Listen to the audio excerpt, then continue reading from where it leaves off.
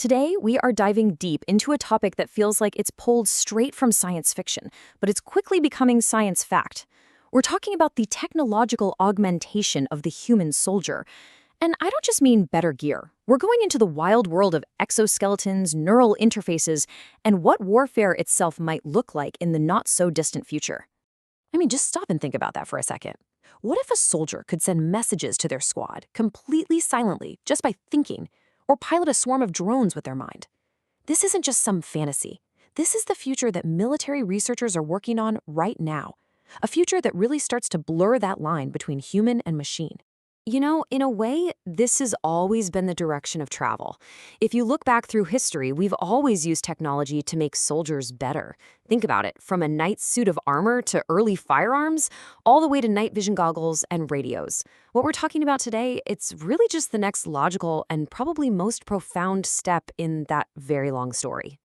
Okay, so let's start with the most physical, the most tangible side of all this. We're talking about technology designed to build a physically stronger and more resilient soldier. Yep, we're talking about powered exoskeletons. So what exactly is a powered exoskeleton? Well, to put it simply, it's a wearable robot.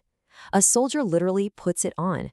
Now, it doesn't move by itself. The whole point is that it senses what the soldier is trying to do and then gives their limbs a powered boost to make it happen, making them stronger and helping them last longer. And you really can't overstate how much of a game changer this is. A soldier today can be carrying well over 100 pounds of gear, armor, weapons, ammo, water, all of it. That crushing weight leads to exhaustion, which limits how far they can go and how effective they can be. An exoskeleton tackles that problem head on, taking that strain off the human body and just massively boosting their endurance. The way it works is actually pretty amazing. When the soldier even thinks about moving, tiny sensors read the electrical signals in their muscles and track the motion of their limbs. All that data gets fed into a computer that tells the suit's robotic muscles, the actuator, to kick in and help out, all in an instant. It's a totally seamless partnership between what the human wants to do and the robot's power to do it. Okay, so we've covered the body. Now let's shift gears and talk about augmenting the mind.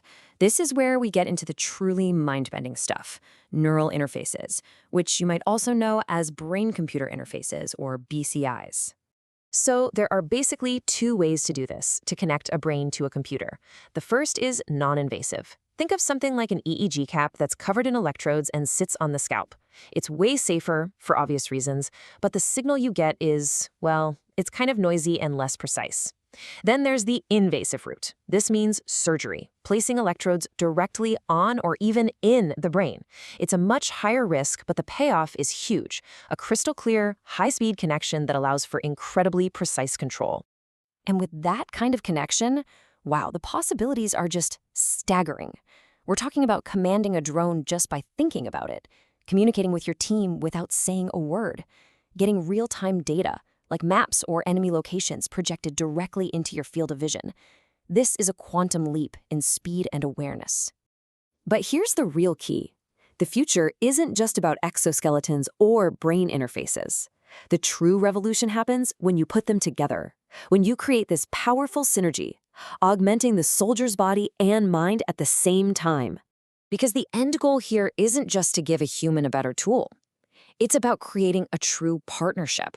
A seamless human-machine team, where the technology becomes a natural, intuitive extension of the soldier's own body and their own will. Let's paint a picture. Think about a combat medic. They're wearing a lightweight exoskeleton so they can run into a danger zone and carry a wounded teammate to safety like it's nothing. But at the same time, their neural interface is feeding them that patient's vitals directly. They know heart rate, blood pressure, everything instantly, allowing them to make life or death calls in a split second. Or imagine an entire infantry squad. Every single one of them has an exoskeleton, so they can move faster and longer. And they're all linked together through a neural net, sharing tactical info, coordinating their every move silently, instantly. They'd be able to operate as one single cohesive unit, almost like a hive mind. The level of effectiveness would be off the charts.